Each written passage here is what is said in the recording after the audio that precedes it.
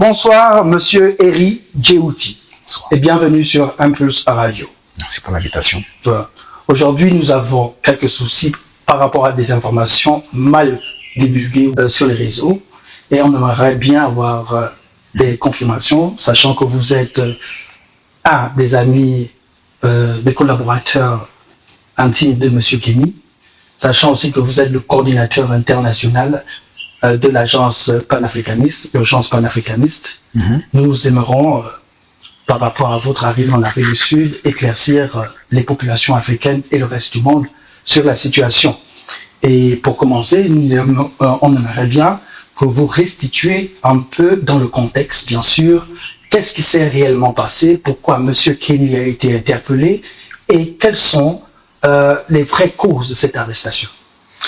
Merci pour l'invitation parce que ça va nous permettre un peu de retracer un peu le fil des événements parce qu'il s'est dit énormément de choses sur les réseaux sociaux et dans les médias mainstream france-africains dans lesquels on n'a pas souvent tendance à donner la possibilité à l'expression de la vérité.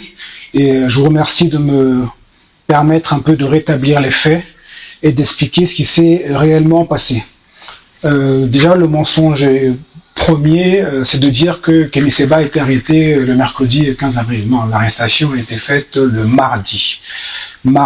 Il était, comme vous le savez, il avait le projet de quitter l'Afrique du Sud, non pas pour s'engager, s'envoler en Europe, hein, il s'agissait bien de rester en Afrique. Ça, c'est le premier mensonge qu'il nous faut déconstruire.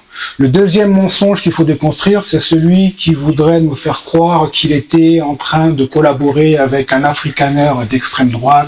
Alors, les gens ne comprennent pas, il faut savoir, hein, pour les médias france-africains ou bien pour la France, Kemi Seba est un suprémaciste noir.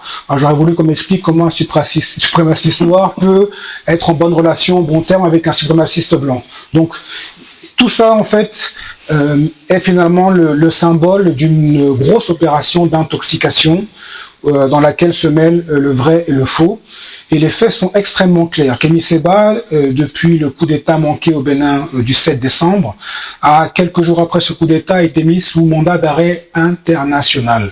Lorsque vous êtes sous mandat d'arrêt, vous n'avez pas la possibilité de vous déplacer à un aéroport pour voyager d'un pays à un autre sans que vous soyez signalé et immédiatement arrêté. Donc il est resté sur le territoire sud-africain, territoire dans lequel il était, territoire à partir duquel il continuait à animer la contestation contre le régime de Talon.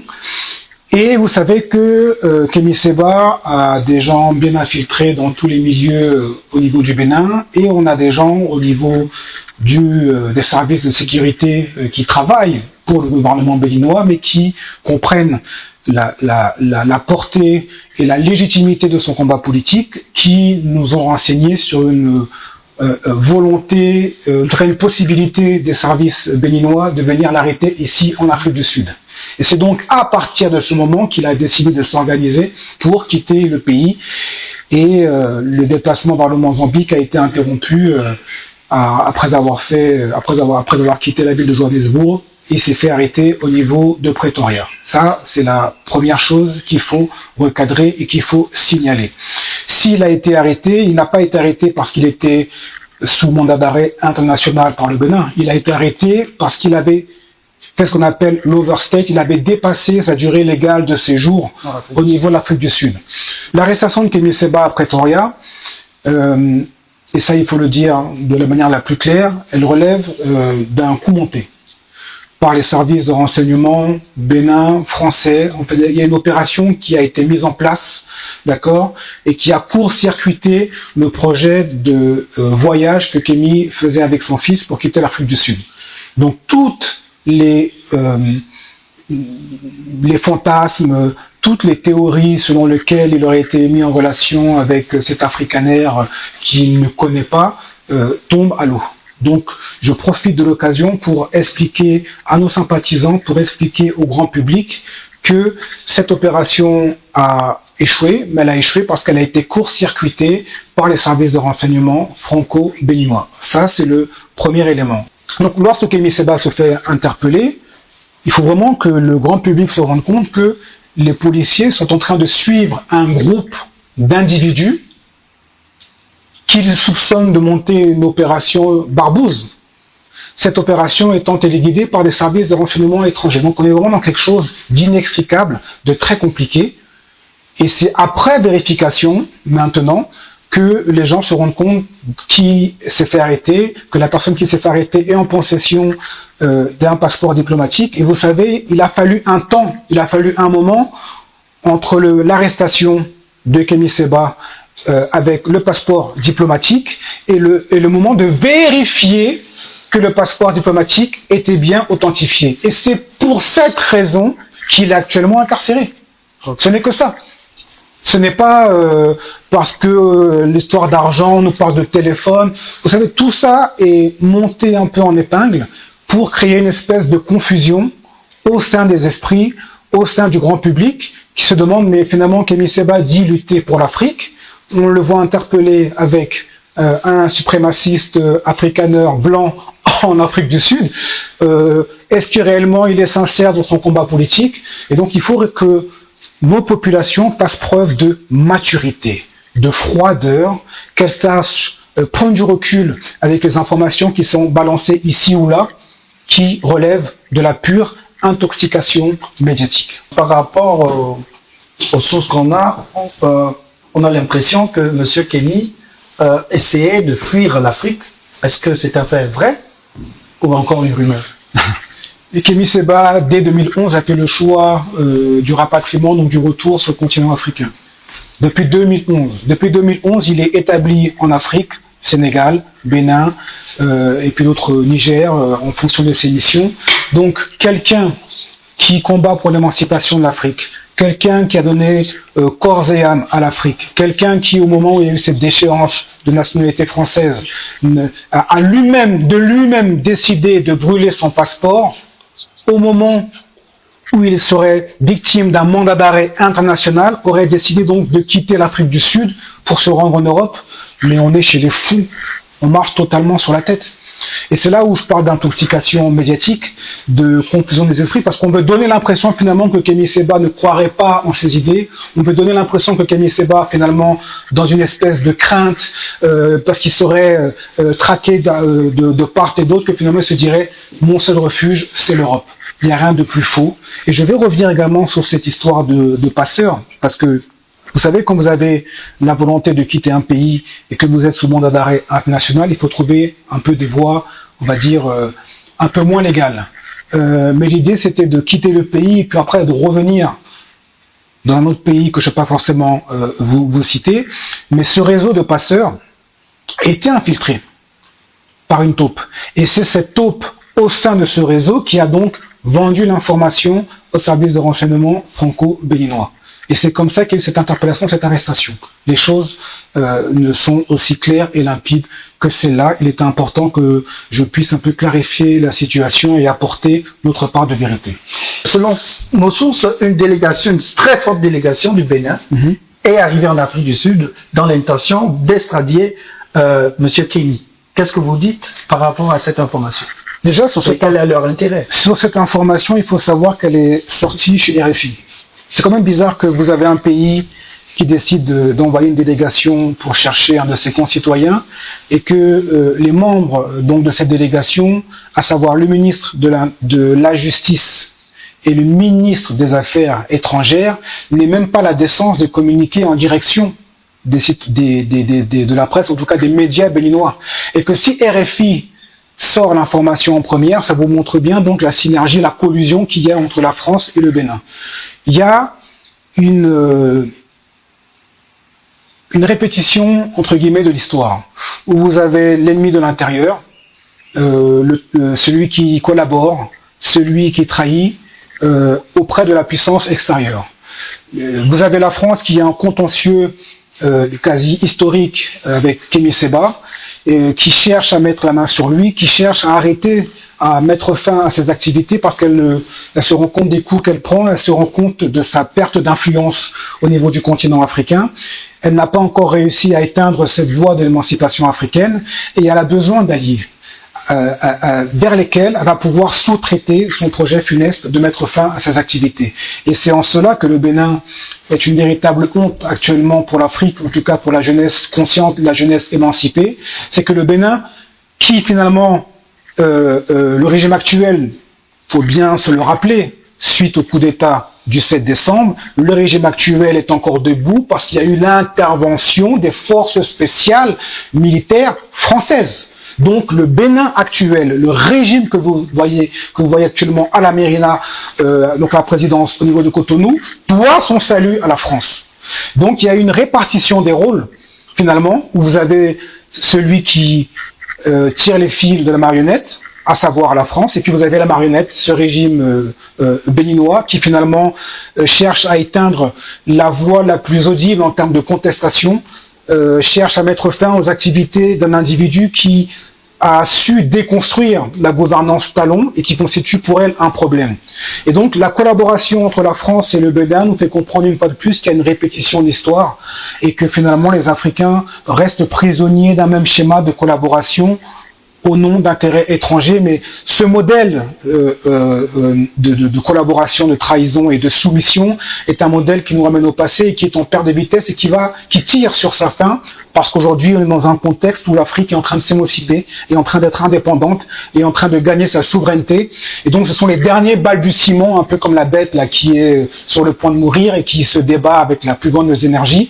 C'est ce que le Bénin essaie de faire. Dans une affaire d'extradition, mais en général, vous avez quoi? Des fonctionnaires de l'immigration ou bien du ministère de la Justice et des Affaires étrangères qui gèrent cette histoire. Quand vous avez deux ministres, donc deux poids lourds d'un gouvernement qui descendent dans un pays, c'est qu'ils savent que finalement, ça ne sera pas une partie facile, parce que on est, quoi qu'on en dise, en Afrique du Sud, dans un pays où le droit est respecté. On n'est pas dans les petites manigances, les petites magouilles qu'on observe au Bénin, où finalement n'importe quel opposant peut être arrêté pour un oui, pour un non, selon le fait du prince.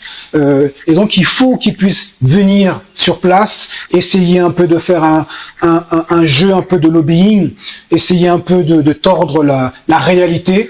Mais tout cela dans un pays comme l'Afrique du Sud est vain, et on sait très bien que ils perdront, ils n'auront pas gain de cause, et je pense que c'est de cette façon qu'il faut comprendre le sens de la visite de cette délégation avec deux ministres. C'est comme une sorte un peu de cri de désespoir, c'est comme une sorte un peu d'aveu d'échec de ce gouvernement béninois qui ne sait plus finalement comment mettre la main sur un individu qui le dérange au plus haut point. Qu'est-ce qui motive le gouvernement béninois à venir jusqu'en Afrique du Sud pour obtenir gain de satisfaction? Vous savez qu'Kémy Séba n'est pas le premier opposant à un pouvoir politique au Bénin. On a eu des exemples, et même depuis que Talon est au pouvoir, vous avez une multitude d'individus qui ont été soit arrêtés ou soit contraints à l'exil, qui sont à l'étranger, qui sont aux États-Unis, qui sont en Europe. Mais on n'a jamais vu deux ministres se déplacer pour aller les récupérer. Jamais. C'est la première fois dans l'histoire du Bénin qu'on constate un tel acharnement. Et ça, finalement, ça nous dit quelque chose sur la valeur de Kémy Séba et le danger qu'il représente pour les autorités, pour ce régime béninois. Ce régime béninois, et là je le dis droit dans la caméra, c'est un régime de la mystification. Il s'appelle le régime de la rupture, mais vous n'êtes pas le régime de la rupture. Vous êtes le régime de la continuité servile à la France, au néocolonialisme. Et finalement, tous les efforts que vous faites pour venir arrêter un Kémy Séba nous démontrent à quel point ces idées vous dérangent, nous démontrent à quel point il est insaisissable pour vous. Et vous pouvez même à la limite, et je sais qu'ils n'y arriveront pas, vous pouvez le mettre aux arrêts, vous pouvez l'enfermer, mais ces idées resteront.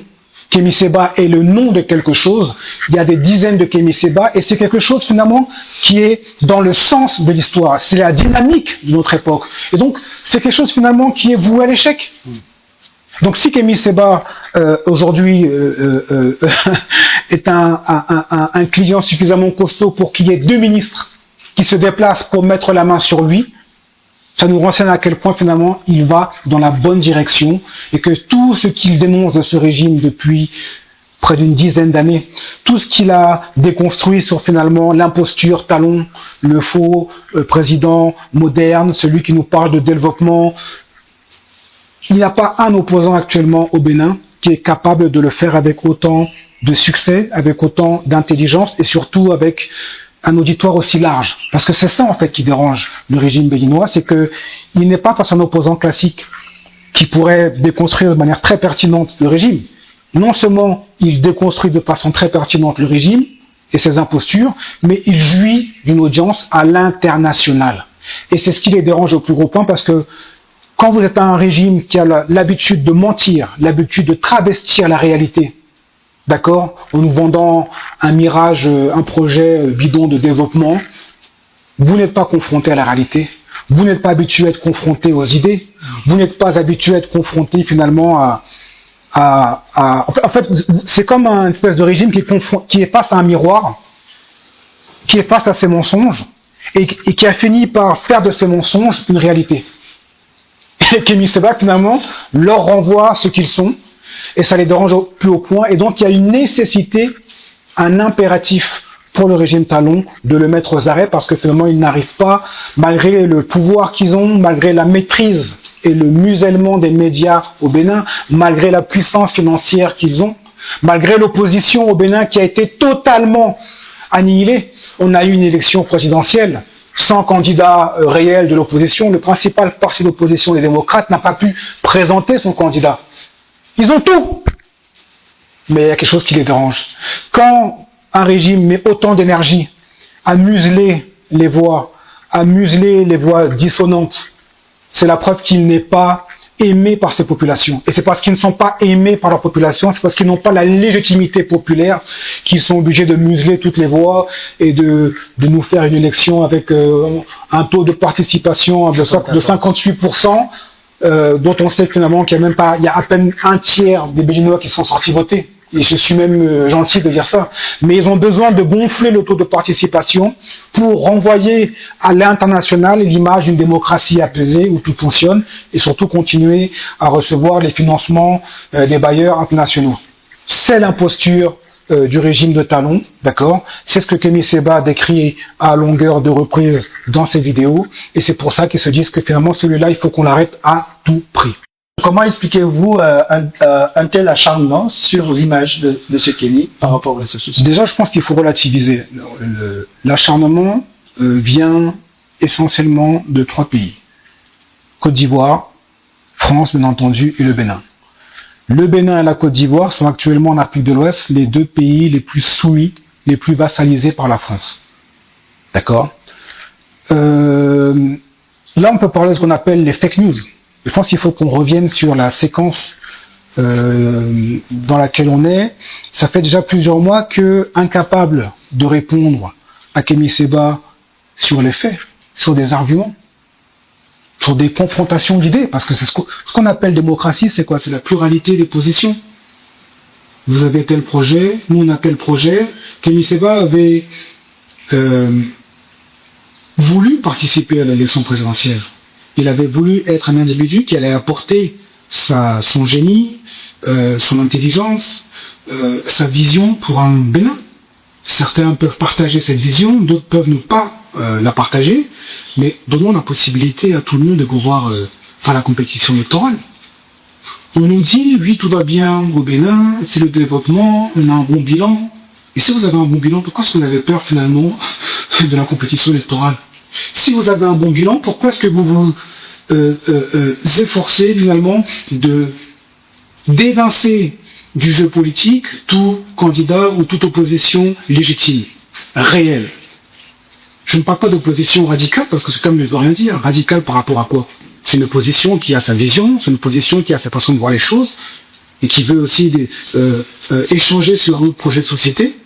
Et parce que ce régime finalement n'a pas les résultats qu'il nous vend, il sait que s'il est confronté à une compétition réelle, équitable, il sera mis de côté. Raison pour laquelle ils ont évincé le principal opposant, le principal parti opposant, les démocrates. Et donc, quand je n'arrive pas à éteindre quelqu'un sur le plan des idées, on crée un espèce de champ, une espèce de confusion. Vous savez, il y a un rapport de ce qu'on appelle l'école de guerre française qui expliquait comment faire éclater le camp panafricaniste qui se trouve être la principale opposition à ce qu'on appelle le néocolonialisme, le néolibéralisme qu'on voit en vigueur dans nos pays africains. Et dans ce rapport qui était structuré, qui était pensé, qui était théorisé par les cellules de communication de l'armée française, il était question de faire de la division, de diviser les gens à travers des fausses informations, de créer des luttes d'ego, des luttes de personnes, d'attenter finalement à l'honneur d'une personne en inventant les rumeurs les plus dégueulasses. On a dit qu'Kémy Séba qu'il avait violé une femme au Nigeria. On a dit de Kémy Séba qu'il était impliqué dans une espèce d'histoire de cybercriminalité. On a inventé à Kémy Séba tout. En fait, même le trou de la couche d'ozone, demain on dira que c'est Kémy Séba. Donc, tous ces éléments qui sont un peu distillés dans la presse, c'est pour créer une espèce de confusion, c'est pour essayer finalement de faire en sorte que l'Africain, le Béninois, au-delà des idées de Kémy Séba, se disent mais ok, il parle bien, ce qu'il propose a l'air intéressant pour le pays, mais j'ai entendu qu'il est en telle histoire, j'ai entendu qu'il a fait ci, j'ai entendu qu'il a fait ça. Et c'est là où je reviens au propos initial, où je vous disais qu'il était important que les Africains soient capables d'avoir du recul par rapport à ces informations, de les étudier, de les analyser. Kémy Séba se fait interpeller ce mardi. Dans la foulée des lendemains, on voit sur la toile un déferlement d'informations qui sont bidons en plus. Et je vais même aller plus loin. C'est même très dangereux ce qu'on a vu, parce qu'on a vu, par exemple, un document qui serait signé de la présidence du Niger et qui nous expliquait que finalement, Kémy Séba, on avait retiré son passeport diplomatique. L'idée était de l'isoler. Mais en procédant de la sorte, parce qu'on sait que ça vient du Bénin, le Bénin joue un jeu dangereux. Le Bénin met de l'huile sur le feu, parce qu'on a des pays qui sont frontaliers, on a des pays, des populations qui sont interdépendantes, et tout ça ne concourt pas à l'apaisement des esprits, à une résolution pacifique de ce qui ne va pas, et on est en train de raviver, d'amplifier une tension dont on ne mesure pas les conséquences, tout ça pour finalement s'en prendre à l'individu.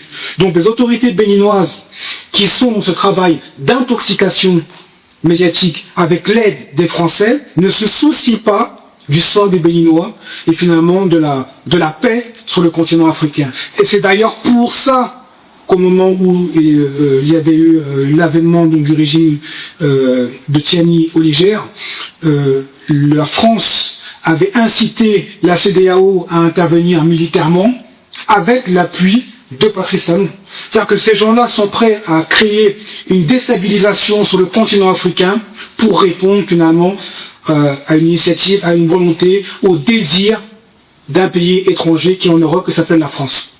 Je pense qu'il n'y a pas plus honteux, il n'y a pas plus cynique comme attitude. Et c'est ce qui caractérise le régime de Cotonou, c'est ce qui caractérise le Bénin, c'est ce qui caractérise même la Côte d'Ivoire. C'est que ces pays sont, on peut parler même de cancer pour le continent africain, parce qu'ils sont des éléments déstabilisateurs entre les populations, entre les peuples. Ils créent des antagonismes. Et le plus important pour eux, c'est pas finalement de se dire que les choses vont s'arranger entre Africains et qu'on va pouvoir être dans une logique un peu de fraternité. Le plus important pour eux, c'est de veiller au maintien des intérêts français. C'est une véritable honte. Vous savez qu'Kémy Séba a toujours assumé son engagement politique, vieux déjà de plus de 25 années. Et donc quand il prend les coups, il assume. Mais ce qui est encore plus sournois et fourbe avec ce régime, c'est l'aptitude qu'ils ont à vouloir s'en prendre à ses proches.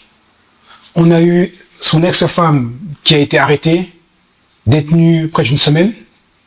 On a eu ensuite ses parents âgés de 76 et 80 ans, dont le père est cardiaque, qu'on a arrêté pendant plusieurs jours. Tout ça pour faire une sorte de pression sur lui, alors que ce sont des gens finalement qui ne sont pas responsables de son engagement politique.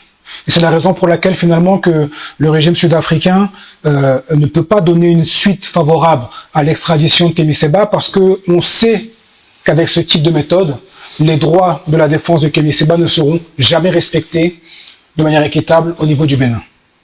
Sachant que l'Afrique du Sud a toujours pris position dans des débats de liberté et de libération par rapport à son histoire, nous avons vu l'Afrique du Sud défendre la Palestine. Espérez-vous aussi que l'Afrique du Sud soit un soutien pour Kémy, qui est engagé dans une lutte pro-africaine et de libération? Il y a encore en Afrique des gens qui ont une espèce de conscience historique, qui savent regarder les événements avec une loupe historique et qui ne vont jamais trahir cette histoire. Vous avez un pays comme l'Afrique du Sud qui a été capable de se fâcher avec les grandes puissances occidentales et avec Israël au nom justement du rôle du rôle sulfureux, pour rester poli, qu'Israël a eu dans la collision avec les Afrikaners pendant l'apartheid. Rares sont les pays qui sont capables de s'opposer à Israël. Même les pays européens censés être indépendants, l'Afrique du Sud l'a fait. Donc l'Afrique du Sud n'a aucun respect pour le bilingue, qui d'ailleurs dans une loi, lorsqu'il s'agit de classer l'esclavage comme un crime contre l'humanité, décide de s'abstenir. Monsieur Iri, qu'est-ce que vous pouvez dire au peuple par rapport à cette situation? Peuple sud-africain, je voulais revenir sur une fake news qui, bien entendu, sur lesquelles les réseaux France-Africains ont beaucoup appuyé. Vous connaissez le combat de Kémy Séba, son investissement depuis plus de 25 ans pour l'émancipation de l'Afrique. Et il faut que les Sud-Africains comprennent que Kémy Séba ne peut jamais s'afficher, pactiser, collaborer ou être en bonne entente avec des suprémacistes afrikaners blancs. Il faut bien comprendre qu'on parlait d'un réseau de passeurs. Quand il y a un réseau de passeurs, lui ne maîtrise pas toute la filière du début à la fin. Quand vous voulez quitter un pays clandestinement, vous vous débrouillez pour avoir l'argent, et puis après le reste qui se passe, c'est pas votre histoire. Donc le piège dans lequel il a été mis avec ces afrikaners, lui-même ne savait même pas que c'était afrikaners.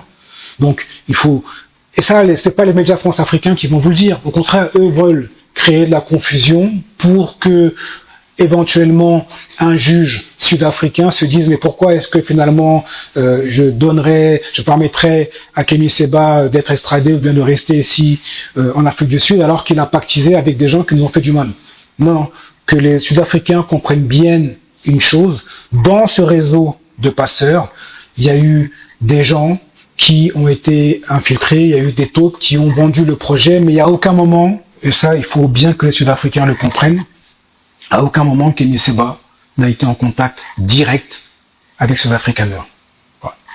Il devait quitter le pays, il se retrouve sur place avec des gens, et finalement ces gens-là sont arrêtés, et c'est après qu'on découvre qu'ils sont plus ou moins dans des milieux suprémacistes. Et je profite de l'occasion justement pour clarifier la situation, parce que ce ne seront pas les médias démoniaques France-africains qui vont le faire. Et ce qui me fait même encore plus mal, c'est que des médias ivoiriens, béninois, qui sont africains, finalement, participent de cette confusion. Tout ça pour servir les intérêts d'un pays comme la France. Et c'est tout cela qui nous fait dire qu'il y a encore beaucoup de travail à faire. Mais finalement, depuis tout à l'heure, je vous parle que de deux pays, Côte d'Ivoire, Bénin, tout ça est minoritaire. Il y a eu un travail colossal qui a été accompli par Kémy Séba et d'autres personnalités. Il y a une dynamique qui est enclenchée. Et c'est pour ça que depuis sa cellule, là où il est, Kémy Séba est très serein. Kémy Séba attend juste que chacun fasse preuve de discernement, de froideur, d'intelligence, et qui ne se laisse pas intoxiquer par les racontards d'une presse mensongère. En mot de fin, quelles sont vos impressions? Et qu'est-ce que vous avez... Bon, en mot de fin, au nom de l'ONG, je tiens à remercier les centaines de milliers de personnes qui nous soutiennent. On a reçu des tonnes de messages, on a reçu des propositions de gens, d'avocats, de français, d'anglais, de blancs, hein, qui ont compris la pertinence de son combat politique. Ils ont compris que c'était pas un combat racialiste. Et quand je vois finalement des gens de ces pays qui sont prêts à s'engager, je parle au-delà de notre public naturel africain, afrodescendant, bah j'ai un peu honte et j'ai même un peu pitié des quelques personnalités d'ascendance africaine qui se sont réjouis de son arrestation. Lumumba a été assassiné et puis on l'a regardé. Sankara a été assassiné et puis finalement les gens se sont résignés. Et puis on les a célébrés une fois qu'ils sont morts. Aujourd'hui, on a un leader générationnel, quelqu'un qui, je pense, en termes de crédibilité et de légitimité politique, n'a plus rien à prouver, qui a pris les coups. Et je pense que la leçon qu'on doit retenir de tout cela, c'est qu'il faut qu'on apprenne à célébrer nos héros, nos leaders, lorsqu'ils sont vivants. Et donc, je vois un peu ce qui se passe en termes de soutien qui afflue un peu de toutes parts, et ça me rassure finalement, et ça me fait comprendre qu'on est en train de gagner en maturité, qu'on ne reste plus des spectateurs, et qu'on est des acteurs. Et c'est ce qui rend d'autant plus risible et d'autant plus dérisoire toutes celles et ceux qui se sont félicités et qui ont voulu critiquer Kémy Séba pendant cette séquence politique.